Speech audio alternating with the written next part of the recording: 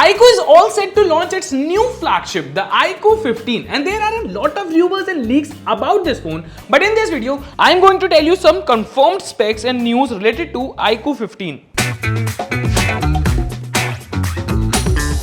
iQOO has already listed the iQOO 15 on its website, and it made it clear that you will see two colors. The first one is white and the other one is black. But whether there will be other colors or not, we have to wait and see. The design concept of iQOO 15 will be almost similar to iQOO 13. As we can see, it also features the same square-shaped camera module, and the iQOO branding placement is unchanged. On the right side, you get power button and volume rocker. The bezels are expected to be even slimmer this time. The iQOO 15 will feature an OLED display with 2600 nits HBM brightness. But again, according to rumors, it is expected that you will see a 6.85-inch display size with 6000 nits peak brightness. Moving on, let's talk about the performance part. The iQOO 15 is confirmed to launch with latest 3nm Snapdragon 8 Elite Gen 5 processor paired with LPDDR5X RAM, UFS 4.1 storage, Type N Android 16 out of the box. This device will also support ray tracing and features a supercomputing Q3 chip.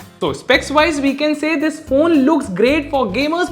Exactly how well it performed, that we will find out soon. Till then, make sure to subscribe Gadget 360. As we can see in the pictures, the phone will feature a triple rear camera setup. Rumors suggest that you could see a 50MP primary lens with OIS, a 50MP periscopic telephoto lens, and a 50MP ultra wide lens. On the front side, it is expected to have a 32MP selfie shooter. Well, if these camera specs are true, they seem almost identical to iQOO 13. So will there be any real improvement this time?